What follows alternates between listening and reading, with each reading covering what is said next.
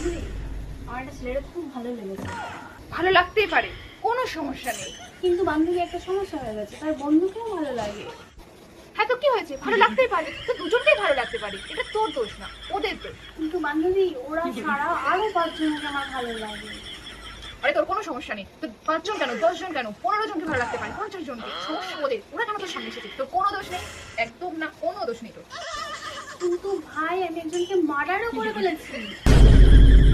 কি, তুই মার্ডার করতেই পারিস, ও কেন তোর সামনে আসবে, ওর দোষ, তোর কোনো দোষ নেই, তুই মার্ডার একটা কেন 10টা করতে পারিস।